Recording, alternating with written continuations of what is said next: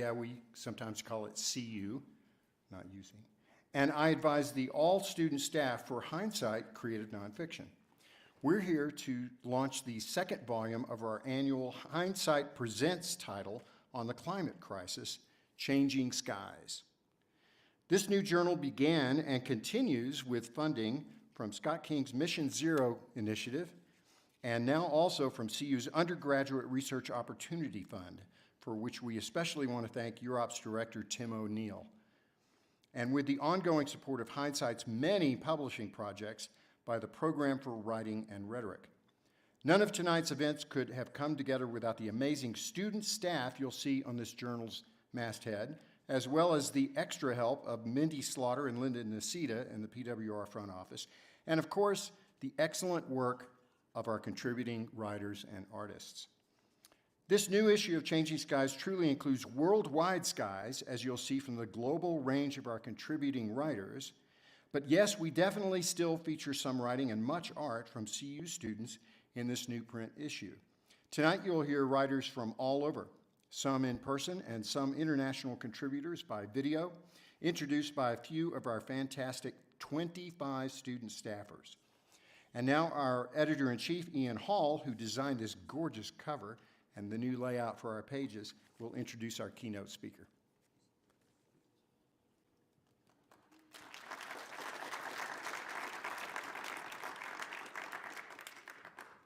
Thank you, Jay. Hey, everybody. Thanks for braving the slick pavement to join us tonight. My name is Ian Hall. I am the editor-in-chief of Hindsight and Changing Skies. This is my 4th semester on the journal and my 4th print issue. With every new print cycle, our staff faces new and exciting challenges. For myself, my first semester was on 2021's Hindsight Volume 2, where our staff was getting back in the saddle of in-person production meetings after a couple years of Zoom rooms, email chains, and different time zones following that big global thing that happened in 2020.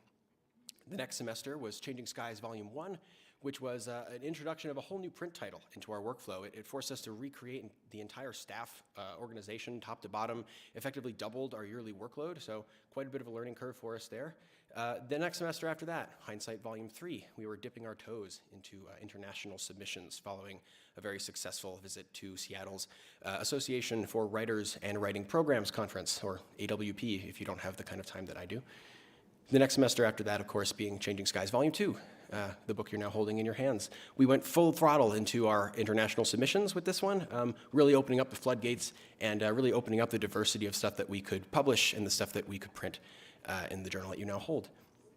Of course, this year was a big one for us in a lot of other ways, not just Changing Skies Volume 2, but our international submissions allowed us to join CLMP, the Community for Literary Magazines and Presses, a really cool community that helps us continue and expand on our mission to bring incredible creative nonfiction to our pages. It's also the 10-year anniversary of Journal 2020's very first print issue.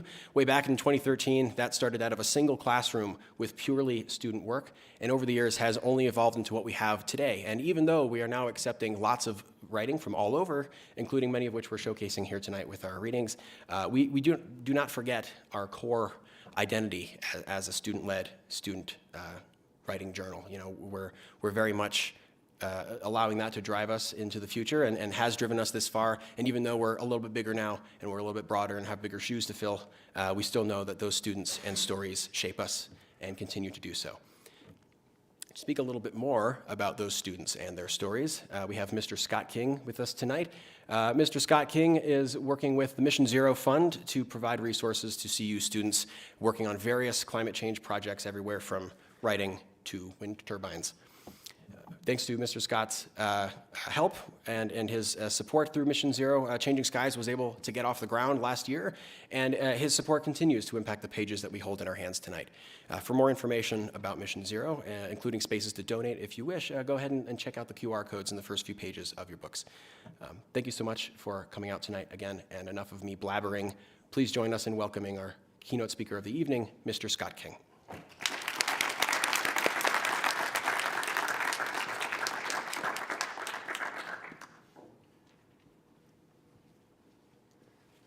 First test to see if I can put this on.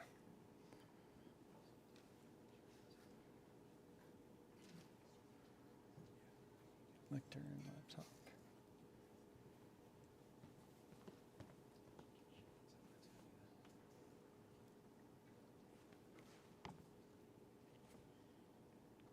Anybody know a good joke?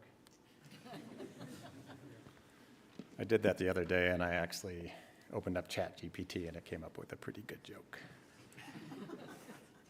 I didn't give it credit, though. No, I did. My name's Scott King, and I am the founder of Mission Zero, and I'm excited to be here tonight to welcome you on this journey. This is me in 1985, by the way. So, yes, I was this young, wild-eyed electrical engineering student graduating, not sure what I was going to do with my life. And, you know, since then, my brother and I started a company called Ready Talk. We did that for about 17 years and built a great company, a company that a lot of people wanted to work for. It was recognized as one of the best companies to work for, one of the fastest growing companies. And in 2017, we sold it to PGI, and Dan and I retired. And what do you do when you retire? You get a house in the mountains. You go vacation with your family. You golf with your buddies. That's what you do. And then what happened? So I got to a point, I think everybody has a point in their life where you try to make sense of the world and you fall short. And you're not sure where things are going to go. You're at a crossroads. And I got to a pretty dark place in about, well, it was during the pandemic. And to me, seeing what was going on with how we were handling the pandemic, how we were handling climate change, and what was happening to democracy put me into a pretty dark place. And so I sat down with my wife and my kids and I said, what can I do? And they gave me financial support and they gave me advice and said, go do something positive. And so I started Mission Zero. I started it partly because as I started to look at climate change, it became obvious to me that this is an existential threat. Barack Obama said it as clearly as I think anybody can say it, is that we're the first generation that is feeling the effects of climate change and the last generation that can do anything about it. And I tell students this, and students get it. They understand what's going on, and sometimes they feel helpless. Sometimes they feel like this system isn't fair, and I'm a cog, and I can't do much about it. And there is a real anxiety that comes with climate, with the uncertainty of what that future looks like. This is a picture of Greece. So this is the valley that they grow most of their food. In September of this year, they had almost a meter of water in between 3 and 4 days. A meter of water fall down on Greece. It is going to take them over a decade to recover from that. That's not normal. That's not normal. This is a picture of Shanghai. This is a picture of Libya. Between 5,000 and 10,000 people died because of these floods. Canada. The fires this year in Canada were off the charts. You looked at the smoke that happened in New York. It was unbreathable. This is the 30 warmest northern summers that we've had, and you can see this year is completely off the chart. This happened a month ago that hit my radar. The West Antarctic ice sheet is now officially gone. There's nothing we can do, but that is going to slide into the ocean, and it's going to create between 2 and 5 meters of sea level rise. That's baked in. There's nothing we can do about it.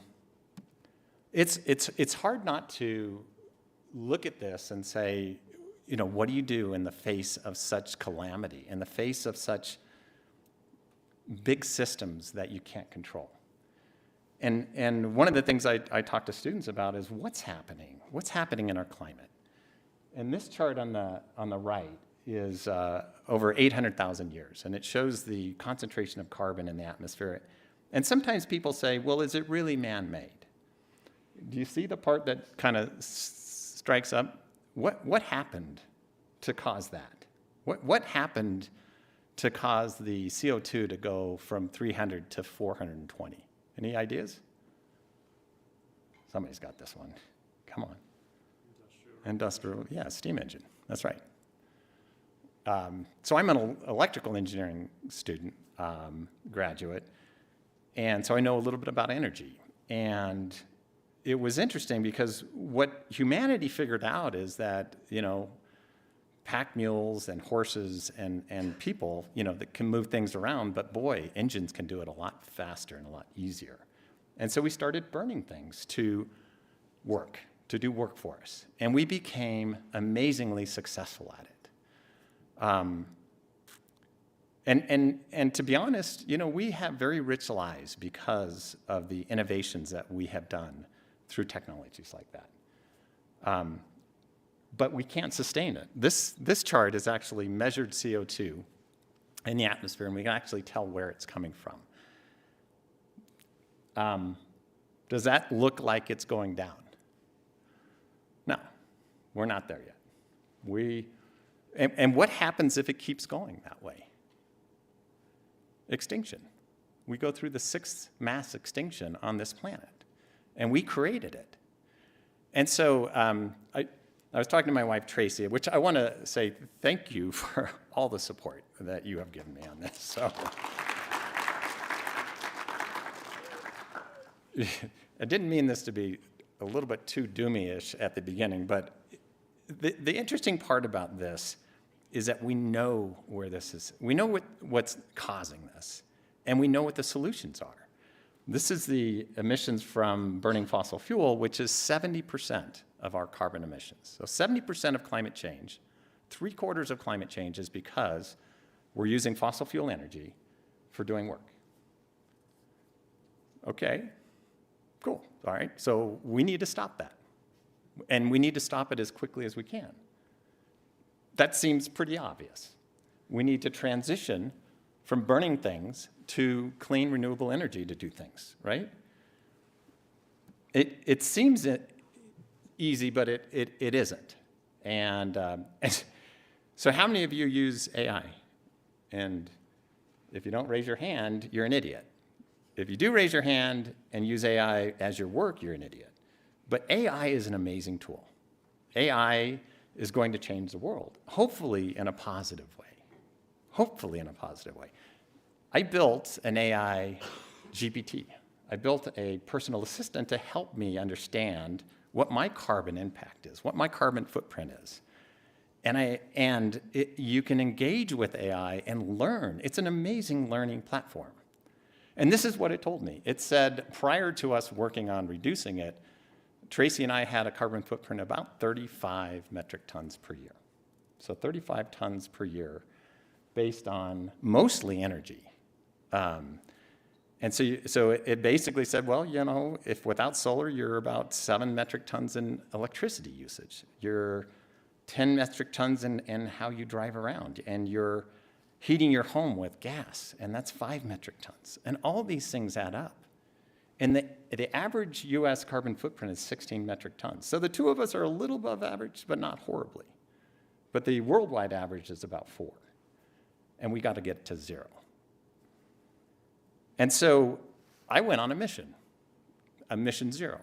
I went on a mission to try to figure out, how do I build a house and the way we live that is more sustainable?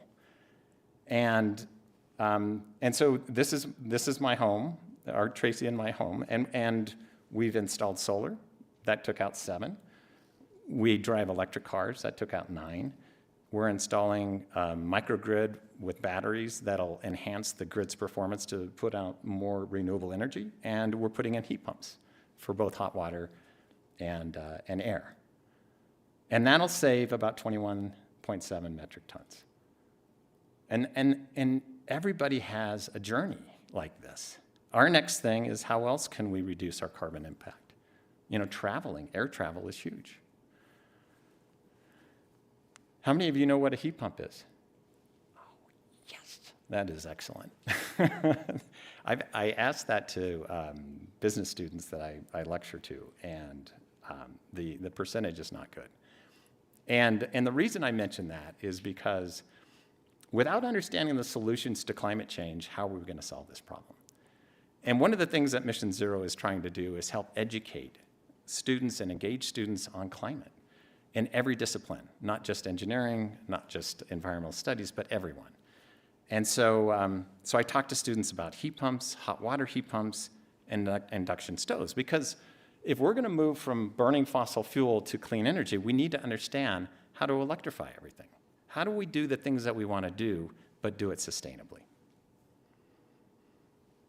This is, so you probably noticed I'm wearing something.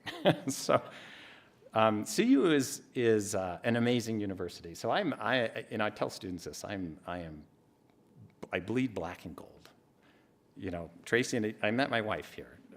All three of our kids went here. My brothers and sisters went here. My mom went here.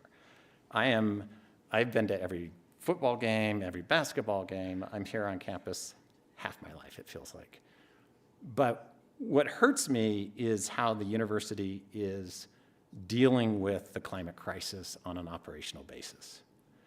And so they're building 2 new dorms, brand new dorms, and they haven't done this in a while, and they need them. But they've decided to build these dorms with gas heating. And to me, so by the way, if you were building in the city of Boulder, you couldn't get a permit for building a building with gas hookup. You couldn't do that today. And so, you know, I just struggle with the decisions this university is making as it relates to the climate problem. You know, so the thing that I struggle with is that the university hosted a Right Here, Right Now conference. I don't know if you guys went to that. It really was talking about one of the big issues of climate change is climate justice and the need for a just energy transition. And what that talks about is that, you know, the northern countries have caused most of the climate damage, and the southern countries are the ones that have the least amount of resources to deal with it. And the injustice of that, and how do you deal with basically wiping out an entire population because we've decided that we want to burn fossil fuel forever. So for me, the hypocrisy of saying one thing and doing another is tough. And so as a result of that decision, they're investing this just came out on the 7th of this month. They announced that they're investing about $43 million in new boilers to keep our power plant big enough to support these new dorms and reduce the emissions that the power plant is, because I don't know if you've seen Colorado's air, but it's awful. And the city and the state is demanding that universities and companies start to clean up their emissions. And so they're doing that. But instead of putting in new boilers, we should be putting in heat pumps. We should be designing this and being a showcase, and not a follower, but a leader in climate. And so one of the things that's an ask is, if you're interested in standing up or voicing your opinion on this, we've got a club called the Fossil Free CU Club. It's asking for both divestment as well as support for reducing the influence of fossil fuel on this campus. Sometimes I feel like CU is an oil and gas college. It feels that way sometimes.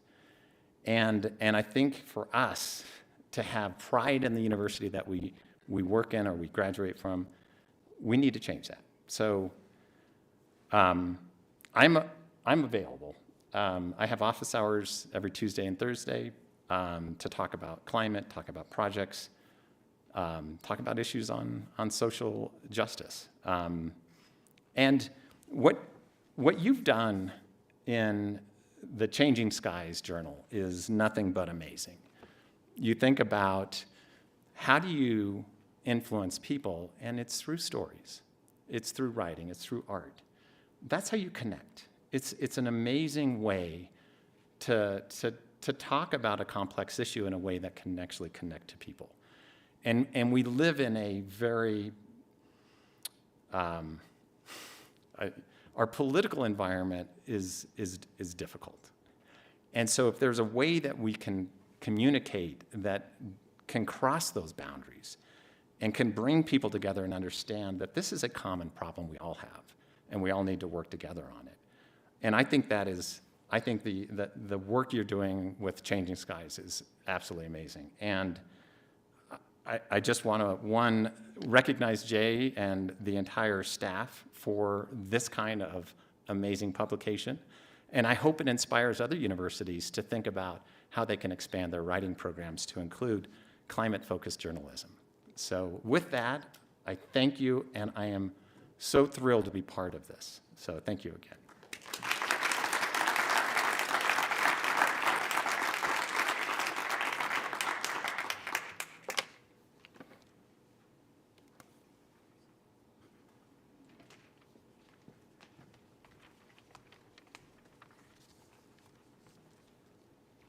Thank you, Scott. Hello, I'm Marissa Lang, the Assistant Editor-in-Chief for Hindsight and Changing Skies, with this being my 4th semester on staff. I would like to introduce the author of our foreword, Erin Espelli. In addition to being an associate professor and a co-founder and co-director of the Nature, Environment, Science, and Technology Studio for the Arts here at CU Boulder, she's a writer, editor, and filmmaker. Her poetic nonfiction films have been shown across the world, including at events such as the New York Film Festival, the British Film Institute London Film Festival, the Whitechapel Gallery, and more. Please flip to page 11 as Erin Espelli reads the foreword.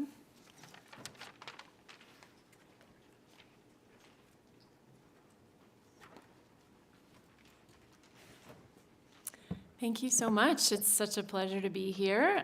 Congratulations to the incredible editorial staff. I want to just mention that when I got the email from the editor-in-chief, Ian, I had quite a bit going on, and there wasn't a huge amount of time in which to write. And yet it was his persuasive email and the objective of the magazine that drew me to agree to write this. I think all that you authors, poets, artists of all stripes are doing for this is really incredible. So I'm so pleased and honored to have been part of it. 13 ways of looking at the sky, an introduction. 1. Above 20 snowy mountains, the only moving thing was the body of the cloud. 2. Our readings of the sky can be interpreted in Rorschach fashion to gauge our mood: steel gray, lace-like, sunny, inky black, bathed in alpenglow, red at night, a sailor's delight, or tinged with enough blue to patch a Dutchman's trousers. 3. Looking down at Earth from the moon, we can see straight through to the oceans, but looking up in daylight, the sun obscures the cosmos. The atmosphere acts as a one-way scrim. Light scatters and stars only appear as pinpricks of light to the naked eye at night. We project ourselves up there into a singularly shared space to see a small part of the pantomime. 4. In 2004, filmmaker James Benning pointed his camera up. He made a 100-minute film, 10 Skies, in which he filmed 10 distinct skies for 10 minutes each. Viewers can choose to see stasis in the lack of camera movement or aberrations in the skyscapes, from crossing aircraft to drifting wildfire smoke. 5. I do not know which to prefer, the sublimity of sky that hides the destructive human hand, or the one that reveals the daylight scrim to be stained by smog and smoke, scratched by satellites, the nighttime skies bleached by artificial light. 6. Stable ice in Patagonia. I prefer that, as Whitney Brown describes in the pages that follow, in her dreamscape, Perito Moreno, How to Travel with the Mind to the Andes Mountains. Sky-puncturing mountains, turquoise-hued lakes, and a notch of earth called the Peninsula de Magallanes protect one of the last stable glaciers on the planet, one that might even speak to us if we have faith enough to write, to listen, and interpret. Because we know that humans cannot nor should not provide all that we know. 7. James Benning made another film in 2004 called 13 Lakes, in which he filmed 13 lakes, each shot lasting again 10 minutes without moving. The film, therefore, is 130 minutes, each frame split, half sky and half water. Benning explains that his formal choices relate to how the 2004 films are, quote, the antithesis of war, because atmospheric portraits are precisely about the kind of beauty we're destroying. 8. Destruction comes in so many forms. On these pages, Samuel Myers-Verhe writes in Obsolescence of an Oasis of the impact of drought on families, whole communities in eastern Morocco. People must uproot, become semi-nomadic without knowing where they might land. Myers-Verhe describes one such haunting, quote, the father's mile-long stare, not directed anywhere, aimlessly wandering as a ghost. 9. Flight and escape takes another shape in the poem 6 More Weeks of Winter. James Mead calls upon our myths to remind us how reliant we and so many other species, like the scrupulous migrating birds, are to the circular cycles of seasons, and what we lose when disruption comes, when those in power get greedy and the powers that be get more powerful. 10. In the essay, Marine Murderer, Nancy Whitecross remembers the most magical dive of her life, underwater, off the coast of South Africa, in the waters of Aliwal Shoal, searching for beauty and biological symbiosis among scores of dolphins, anemone tentacles, wrasse that, quote, do a small dance, groupers, and more. Ecosystems like this one may be relegated only to memories, or memories of images. What sharp cry can we utter? 11. Wallace Stevens wrote in 13 Ways of Looking at a Blackbird in section 11 that, quote, once a fear pierced him when he mistook the shadow of his carriage for blackbirds. 12. The climate is changing. Creatures must be flying. 13. As you experience the words and images ahead, I ask you to consider, what have we mistook as shadow?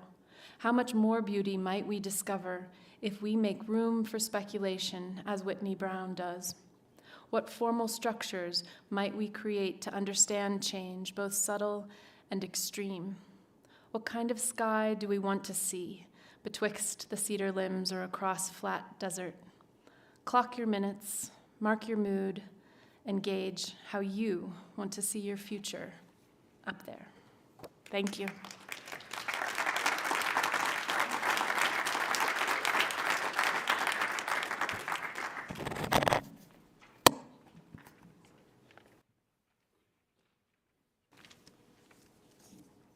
Thank you, Professor Espelli.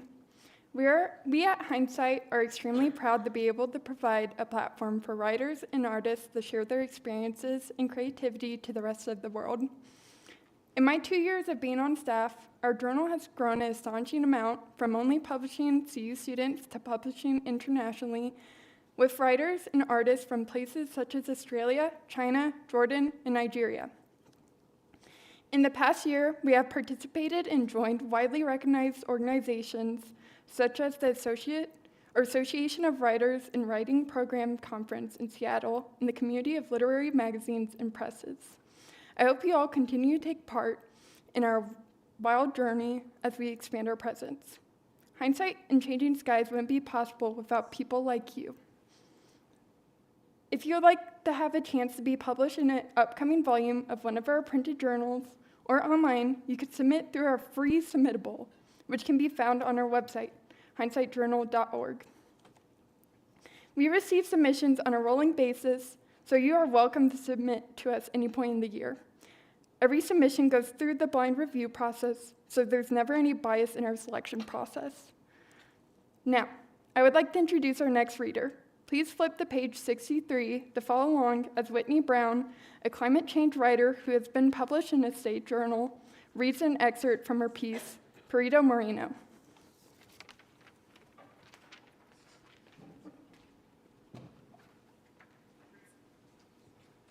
Hi, I'm Whitney Brown, and this is the beginning of my essay, Perito Moreno, published in Changing Skies, Volume 2. I like to daydream about magnificent places, and one of the... Hi, I'm Whitney Brown, and this is the beginning of my essay, Perito Moreno, published in Changing Skies, Volume 2. I like to daydream about magnificent places, and one of the planet's most incredible sights is in the southern Patagonia icefield, among sky-puncturing mountains, turquoise-hued lakes, and wind-shaped clouds. This site, the Perito Moreno Glacier, is something to behold. 98 square miles of snow and ice, ridges and crevasses, marvel and wonder. So, as Perito Moreno transforms Andean snow into ice, we'll marvel. And as the glacier curves 19 blue miles toward a lake, as it towers hundreds of feet above the water, we'll wonder. Finally, when the ice cliffs calve under the weight of upslope snow, we'll behold a cathedral's worth of glacier tumbling into the lake. I've never set foot in Patagonia. Even so, my daydream passport bears shivering stamps of Argentina, slick as ice stickers of Perito Moreno. In tangible Patagonia, most people look at Perito Moreno from viewing platforms. But in my wildest imaginings, I can go wherever I like, do whatever I want. Scale the ice cliffs, cartwheel between the ridges, camp at the bottom of the crevasses. More than anything, I like to pretend that I'm swimming in the lake. From the surface, Perito Moreno would look as jagged as a geode, and huge crystals would conceal the ice cliff tops. I'd lounge on the lake, the water somehow bath warm, but the glacier would calve, ice splintering from the cliffs, and in the second before the shards hit the water, I'd try to dash away. As the frozen mass struck the surface, I'd sink through the lake, where ice chunks would look like teal silhouettes. Then one silhouette would rise beneath me, and I'd look down to see a piece of ice surging to the surface. Lifted by that ice, supported by it, I'd burst back into the air. Flecks of mist would fall like rain, but once they had subsided, I'd see the ice cliff's new facades. Azure, angled, sharp. I'd wonder if the people on the viewing platform could see me, or if I melted into the jade blue water. Glaciers shrink when they melt and calve faster than they receive new snowfall, and in the era of climate change, most of Earth's glaciers are shrinking. But Perito Moreno is stable, Andean snowstorms making up for its calved ice. For a dreamer like me, one whose nightmares are often linked to climate change, Perito Moreno's stability is a delight. It's a source of awe, wonder, gratitude. I ask myself, should I make a pilgrimage to Patagonia? What would it be like to see Perito Moreno, to wave hello to a glacier, to surround myself with ice? I think I would cry. I know I would cry. But my pilgrimage would spew carbon into the atmosphere, an air-altering action that, on a planet hurt by many air-altering actions, threatens glacial stability. I'm not one to travel lightly, but I do travel often, and if Perito Moreno ever tipped toward catastrophe, I suspect I would fall apart, crumble. So I haven't planned a pilgrimage, not yet. Instead, I picture myself swimming and soaring at the glacier, shining. Thank you.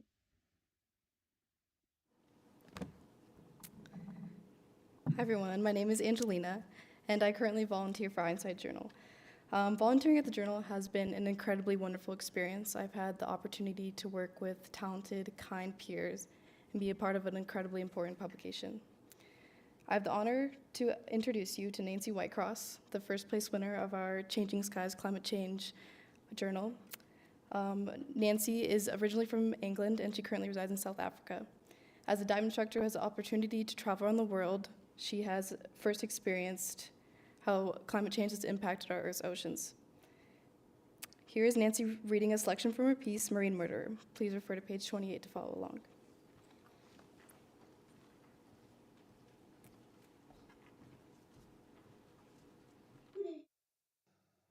Good evening, all. My name is Nancy Whitecross. I come to you this evening from a very hot and humid Johannesburg in South Africa.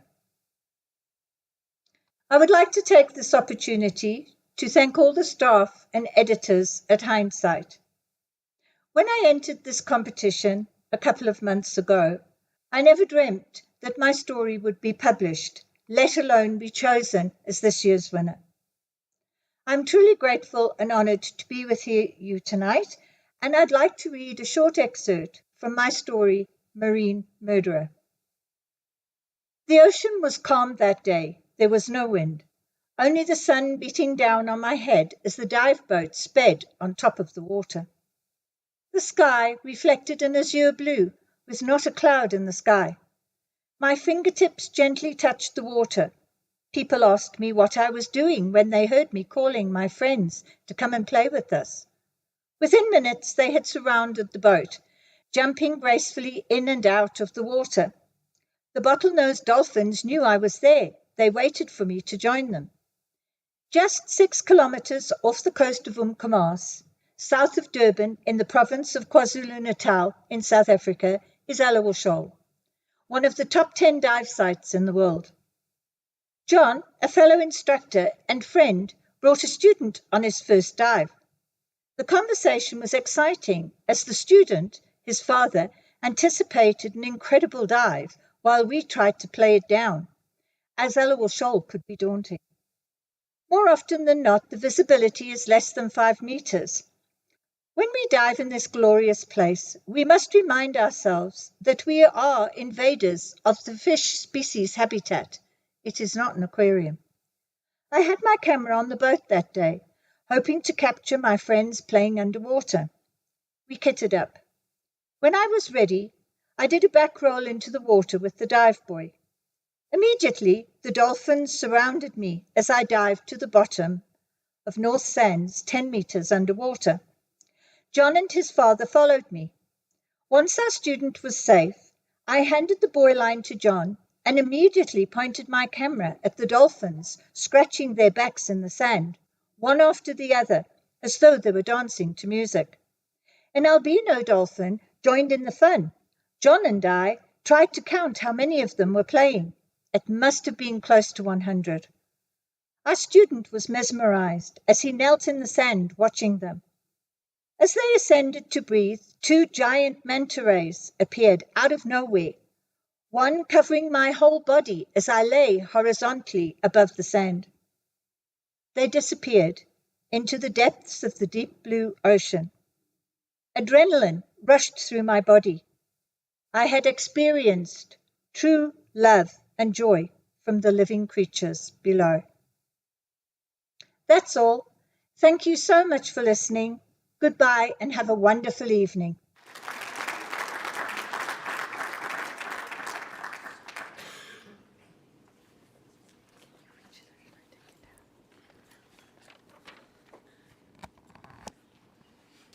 Sorry, we have a bit of a height difference. Oh, is this not on? Can you hear me? Sorry, we have a bit of a height difference, so. Hi, everyone. I'm Emily Calvert. I'm the online managing editor at Hindsight. Hello, I'm Estrella Vigil, and I'm the assistant managing editor for Hindsight and Changing Skies. One of our recent goals at the journal is to reach beyond Boulder and extend to a global base of readers and contributors. To that end, we sought to improve and develop our website. Hence why my position exists. Thank you. This semester, Estrella, Paiman Gyasi, a few others, and I took an axe to our website and completely rebuilt it, including getting a whole new domain, hindsightjournal.org. With this website redesign, we've added tons of new content while featuring our past content. We've published new online exclusive pieces such as Shopping List by Jordan Egelman, as well as past pieces such as Remembering What I Fight For by Palma Siegel from Changing Skies Volume 1. Additionally, as a sneak peek into Changing Skies Volume 2, we've published the Changing Skies contest-winning pieces Marine Murderer by Nancy Whitecross, who we just heard from, and The Promise of Granite by Mara Buck, who we will hear from next. Our website also features full PDFs of all volumes and journals. While our website has come so far this semester, we plan to go even further. We have plans for a writing contest for online exclusive pieces. Please keep an eye on our socials and our website for more information on that.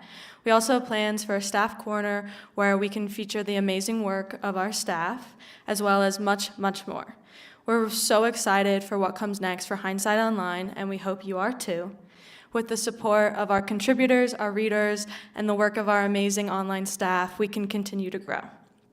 Please visit our website at hindsightjournal.org to learn more about how you can submit to our journals, or to admire the amazing artwork and writing we're passionate about publishing. The next piece you will hear is The Promise of Granite by Mara Buck. Mara is a writer and painter who is highly awarded in the literary field. Some, but not all of her accomplishments include the Raven Prize for Nonfiction, the Scottish Arts Club Short Story Prize, 3 Moon Prizes for women's writings, along with many more amazing feats, including work in numerous literary magazines and print anthologies. Please welcome Mara's friend, Christina Stevens, who will read The Promise of Granite, found on page 73.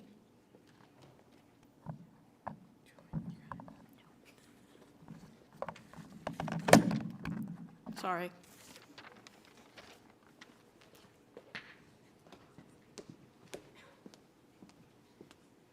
Good evening. The Promise of Granite by Mara Buck. A rock lies in the path, a half-buried boulder. Common Maine granite never destined to become an upscale kitchen countertop, merely reclining where the glacier abandoned it, satisfied with its status as a dusty, undignified mass. Something to trip you if you're careless. As long as I've walked this path, that damned rock has occupied that spot. Several times I've forgotten and stumbled, once even landing face first, getting personal with the woodsy world at an eye level. Bruised my cheek and my ego. Damned rock. I'm not a hiker. I'm a stroller, a painter wandering the trails of my 100 rural acres, plopping down whenever the mood strikes and the light is right to capture the moment. Such moments are increasingly rare, even here behind my gate. The world intrudes. The State Highway Department appropriates more and more of my property for their wider ditches, insisting that my innocent roadside trees are a menace they must eradicate.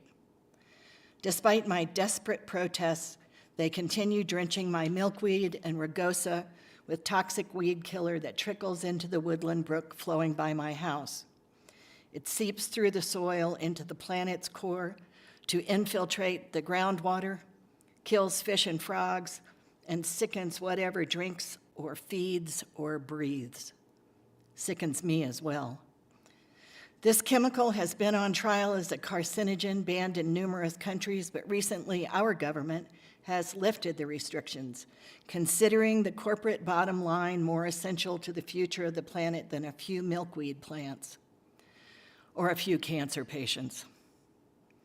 I've tried to preserve my woods as nature intended. This place where I live is not particularly pretty. It's a mishmash of ice-downed trees and new growth, ticks and deer tracks, stately blue heron, and the occasional fox, the whole traversed by a perennially muddy driveway. Climate change and its accompanying ice storms have inflicted increased carnage on the forest. Centuries-old maples have tumbled like dominoes, their frozen tonnage crushing their relatives until the former natural growth has morphed into a war zone. The emerald ash borer and the hemlock woolly adelgid have taken their toll, but woodpeckers eat the insects before any arboreal species are totally eradicated, and the storm fatalities become apartment complexes for creatures whose rental fees replenish the woodlands. Throughout my 20 years in these woods, nature has continued to thrive, but currently nature has begun to gasp. Her plea is pitiful, and I'm helpless to intervene. I can only rant and watch. I live in a house without vinyl, freed from the trappings so adored by the real estate market of today. My hand-built house performs as a good neighbor to its site, quiet and thoughtful, and the one doesn't suffer for the other. Moss intrudes on my roof. I consider it charming. My house grows increasingly camouflaged, every day becoming more a part of the land that surrounds it. They are truly wedded, the house and the land, in a perpetual embrace. The trees maturing now outside my windows are the children of the trees whose lumber was sacrificed to become the bones of the house, and that seems just right to me. An occasional pileated woodpecker agrees as he pecks away at the posts of the porch, but this year he is alone. I'm terrified that next year I'll look for that cartoonish redhead and find nothing. Every spring I would welcome the phoebes to their nests on my porches, One on the back, another on the front, sheltered from the weather under the roof's wide overhang. Ancestral homes that are at this point as old as my own. I'd witness any number of newly hatched youngsters fledge from those porches, their fragile, tiny wings struggling until they reached the closest branch, and I would sigh in relief at their success. They made delightful tenants. But last year, the nests were empty. Historic daubs of mud and dry grass, unpretty things littered with bits of shell and feather and feces, now sad relics. I've left them in place, intact, hoping, but in my heart I know there's been a decided change. The only bird song I hear now is the hoarse cry of a lonesome crow, and I try to disregard the message. This small forest, my home, a microcosm of a larger, wilder system, has been the perfect size for a single artist to share with a secret deer herd, rabbits, foxes, squirrels. But in recent years, I cheer whenever I notice any hint of movement in the undergrowth, in the trees, along the brook. I saw one squirrel today, one, where there had been whole noisy families chasing each other up the maples and down the oaks. Last week, I glimpsed a solitary doe browsing beside the brook. I wanted to rush up to her, to grab her and trundle her inside, to cherish her. I often hear gunfire, even though my land is posted. I've never found deer remains, no evidence of slaughter, yet I fear something more deadly and insidious is the killer. The warmer climate has exploded the tick population, and the animals have suffered, as have I. Each foray outside brings more ticks attached to the dog and to me. The new normal. How long can we adjust? Rachel Carson wrote Silent Spring to warn of the demise of wildlife and the dangers of chemicals. Those words, Silent Spring, whisper in my ears, taunting the absence of bird song, the stilled humming of bees and dragonflies. Wild blackberry and raspberry bushes produce stunted flowers that yield no fruit. When I see a bee, which is seldom, I smile and greet her, try to encourage her to find her relatives, to enjoy the brightness of the day. The goldenrod still rises triumphant, the asters bloom still colorful in the fall, but the lupine are scraggly. The Joe Pye weed has disappeared entirely. The monarchs used to love the tall Joe Pye, gaudy orange flirting with the purple. Now they've disappeared as well. I've tried to replant milkweed, but it never blooms. There are no apples on the twisted ancient trees. The land is diminished. What was lush years ago has become sad and threadbare, an elderly comb-over of its former self. The balance is tenuous. The future is questionable. This is all so personal, so trivial, yet so unusual in the world of today that I feel I myself may be a vanishing species. My simple way of life is strangled by the cat's cradle of drooping wires that connects the vinyl houses perched along the highway to the power grid that struts across a field where deer used to graze at dawn. The residents of those vinyl-clad behemoths anxiously await the time when drones will deliver pizza directly to their fiberglass doors. I lack the money and the technology and the strength to live entirely off the grid, but my own wires are subtly buried, and only one pole at the highway announces the possibility of a 21st century human residence hidden beyond that road, beyond the driveway, beyond the trees. The rest of my property is referred to by the power company as a, quote, dead zone, end quote, along which I've forbidden poles and wires. I'm proud of my dead zone, and it gives me great pleasure that my life is framed by nature, not the crudeness of transformers. The tree canopy remains so dense around my house that Google can't find me, and I doubt any nosy drone could penetrate. Yet changes have come, and more will come, and I'm powerless to stop them. My 100 acres is wild, but certainly not wilderness. Although I can hear a low rumble of traffic from the highway, I can see no other houses. No intruding light pollution disturbs the dense black sky. The Big Dipper hangs proud over an 80-foot spruce. I used to hear night noises of foxes, owls, scurrying feet, and love songs in the dark. Now those nights are silent, with only the gulping of an occasional amorous bullfrog. The chorus of peepers has vanished. I remember last summer watching a single lightning bug pulse on the window frame, only one, pulsing for a missing mate. Can an insect be lonely? Not so long ago, the evening twinkled with tiny green strobes, and I can see in memory Norman Rockwell children proudly showing off mason jars, overflowing with bug light. They are happy and carefree at summer's dusk, rolling on chemical-free grass until they're called inside to supper. Their grandchildren will never know such simple pleasures. Their lights will be digital, their grass astroturf, and their suppers microwaved. Their mothers call, "Kids, don't drink from the hose, use your plastic bottles." Such is progress, and the lightning bugs disappear into memory. My knees won't allow me to hike the mountains anymore, my back too cranky to carry a pack. But my mind looks down on untamed vistas, on the wildness of the wilderness, and I vow to do whatever I can to preserve it from the chemicals, from the intrusive chainsaws and the feller bunchers and the developmental horrors cloaked in greenbacks and lies. So many lies. Now that the clean water regulations have been eroded, perhaps to force us all to drink from the plastic spring, what can we expect in the future? What will be the future when the water is too tainted for the wildlife who are critical to the balance? I dream of things that were, but I have nightmares that extend beyond my humble personal home.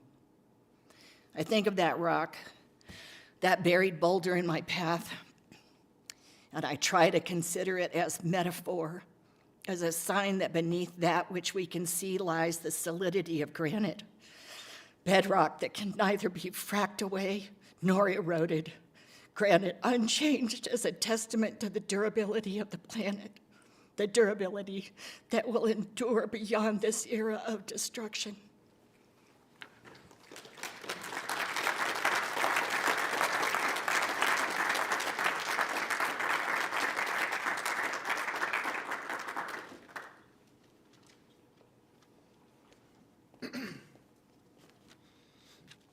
Thank you, Ms. Stevens, and thank you, Ms. Buck. My name is Liam Downey. This is my second semester as an editor for Changing Skies Journal. Our next speaker is Mary Silwans. She's originally from Egypt, but she now lives in Kansas City.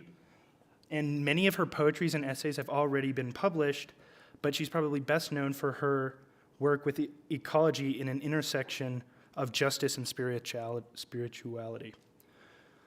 If she's not writing, you can probably find her playing charades with her 3 teenage daughters. Now, please turn to page 68 as she reads her piece, Sunflowers and Selfies.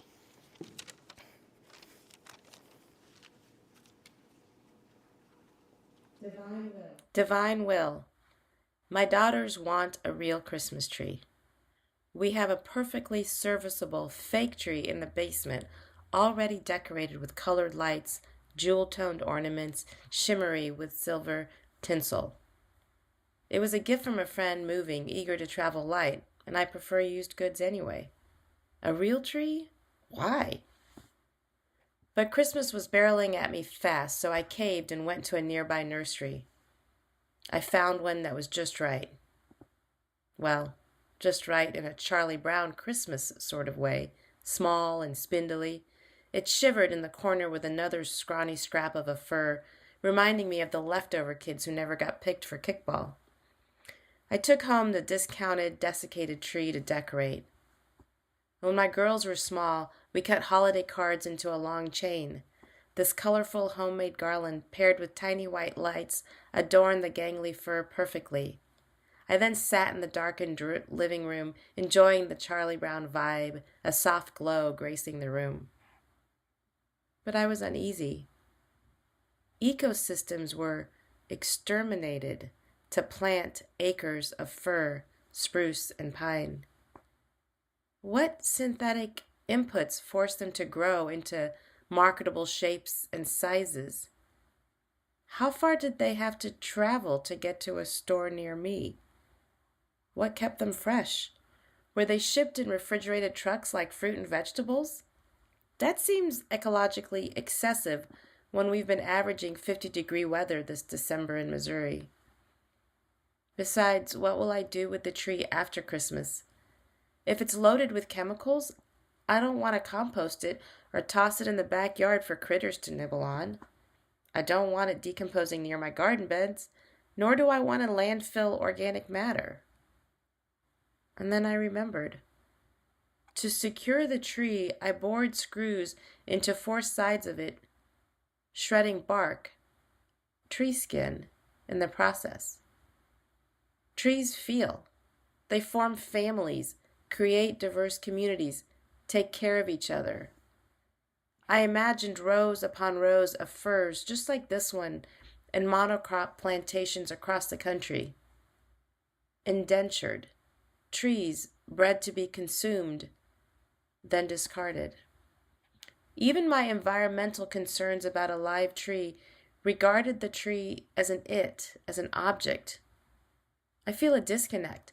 The Christmas ritual I had just participated in doesn't match my growing awareness of the sentience of all beings. Doesn't match my growing awareness of the sacredness of all beings. I think of the common Christian Christmas refrain, "Glory to God in the highest, and on earth peace, goodwill toward men." While this excludes certain people, it certainly discounts non-humans.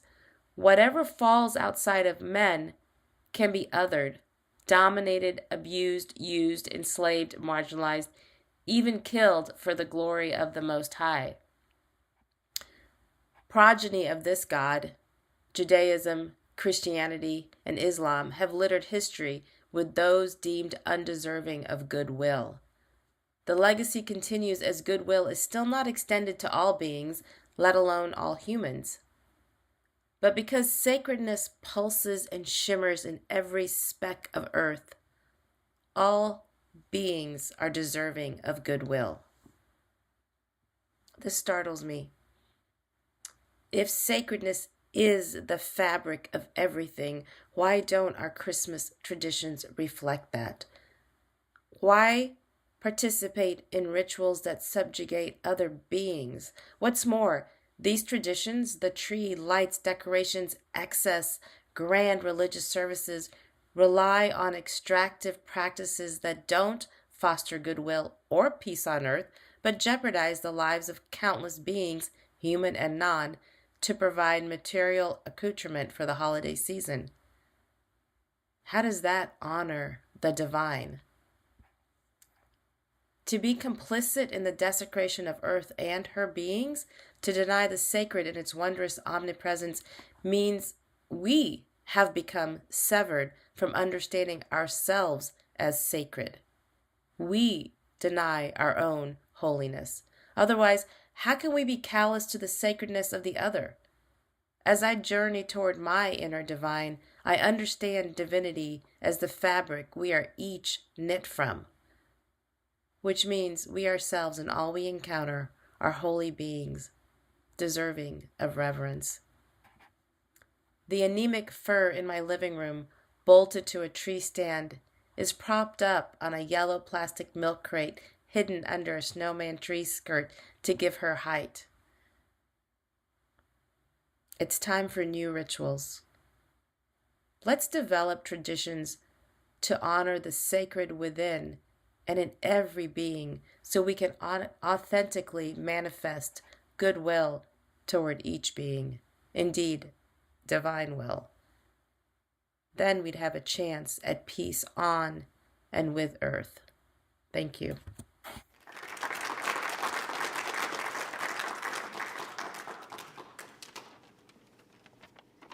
Thank you. All right. Hi, everyone. My name is Campbell, and I focus on managing the editorial and acquisitions processes for Changing Skies and Hindsight. This will be my last semester with the journal, so I just wanted to emphasize how awesome of an opportunity this has been for both myself and all of my peers. If you've ever thought to yourself, like, wow, I really wish I could be rewarded for my writing skills and my creative abilities, I would really, really recommend getting involved with our staff. Anybody who's a CU student can earn up to 1 to 3 credit hours for like this real class by registering for our class code Writing 3090 or reaching out to work on an internship and contribute on their own time. You can work on staff also contributing towards the writing certificate or the public writing minor at CU. But long story short, we really just find a way for anybody who wants to get involved to contribute meaningfully, whether that's in class or remotely or however they want. So please reach out and we will include you. You won't regret it. Our next reader, Marcus Tan Lowe, is a widely published ecological ethicist and animal rights activist hailing from Australia. Please enjoy his recounting of When Humans Swarmed on page 91.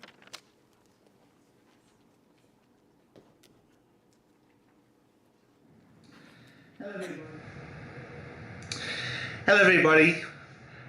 Hope you're doing well in Denver, Colorado, and around the world if you're watching me wherever you are.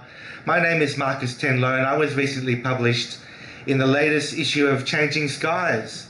This is my version of the previous issue in which I was published, but I'm really keen to see the new edition possibly online.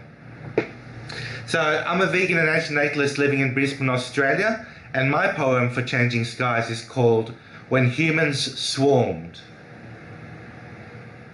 When humans swarmed the earth, breathing down each other's necks, titillated, shaped as zooming crowds, our natures were bitter, some sweet, some replete with more and more children, churned out like blobs from factories. Set up with desks and chairs and a million brilliant material items, sat up with a babyfied bewilderment of stairs. As we watched the green-washed oceans, eyed by their blackish dead zones, with poisoned fishes darting furtively. Babies' needs and wants, chimey songs, flowed in us into happy illusions, celebrated further in creamy advertising. Despite such smiles and little sighs, with sea life thrashing in nets, pulled from the wasting oceans, the oceans slowly rise. Widespread obesity resizing, we relearned it as beautiful, just as franken-chickens assumed their own neat sacrifice. It was our grace to say something nice. Dr. Dolittle came over. We had a ball trusting that plenty more animals, non-human, were left in tracts of forest or ice. The glaciers, dripping in sunlight, had shear and shred, leaving so many gazers dead. We really should do something now, we know, but 8 billion living on the globe cannot be unlearnt. The earth has not long to go. Thank you for listening to my poem, and I will see you next time, hopefully. Have a lovely party and bless you all. Bye.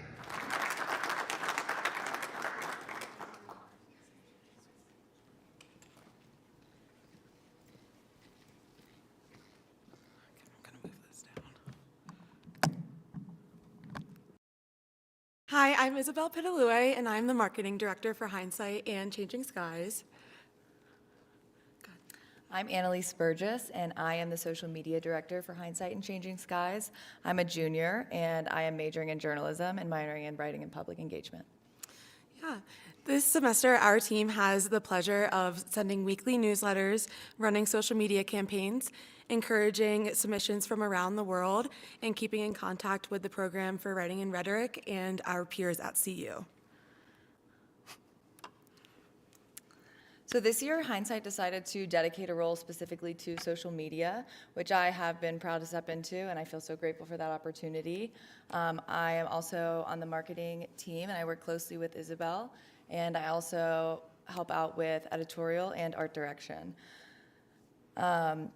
I can honestly say that joining Hindsight has been one of the best experiences I've had at CU so far. I would recommend it to anyone. And I just wanted to take a minute to thank the staff and Jay for welcoming me into the family from day one. For continuing support, updates, and announcements, follow us on Instagram at hindsight.journal and sign up for our newsletter on our website, hindsightjournal.org. Now, please give us a warm welcome for James Mead, an undergraduate student at CU studying English literature, and he is going to read his poem, 6 More Weeks of Winter, on page 49.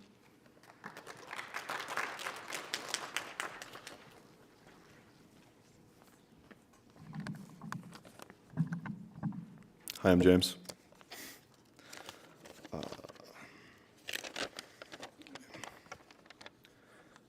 Demeter was deep downtrodden when April winds were dry. Hades held her daughter still, unable yet to fly.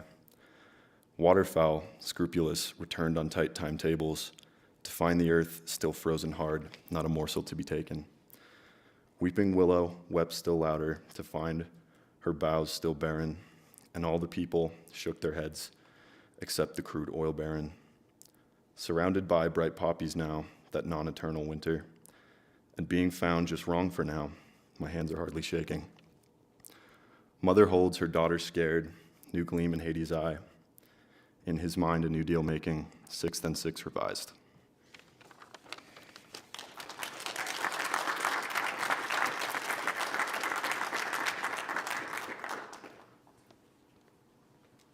Thank you, James, and thank you to everybody who came out tonight. We really appreciate having you guys out here for our launch event. It's always a lot of fun to do these every year, and now every semester with our second print title. So thanks again. Big round of applause to James and all the readers for coming out tonight. Thank you all.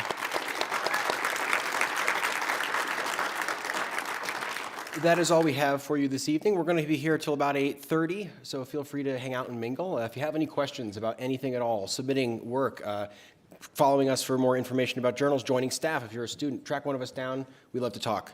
So definitely come grab us. There's a few more bites of food out there. Feel free to grab some of that too. And follow us on our socials. Again, thank you to Isabel and Annalise for shouting out our socials. Thank you to all of our staff speakers doing a great job putting on this event. Thank you to Simon hosting our videos in the corner there, very impromptu. So quick round of applause for all our staff members doing a great job tonight.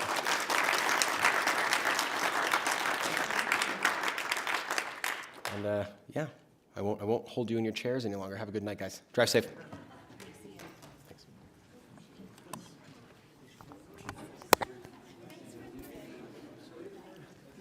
Good job, man. Thank you. Thank you for stepping in. That went great. Yeah, that went really well. Go get some food. You did good too. Thank you for offering that. It was a lifesaver.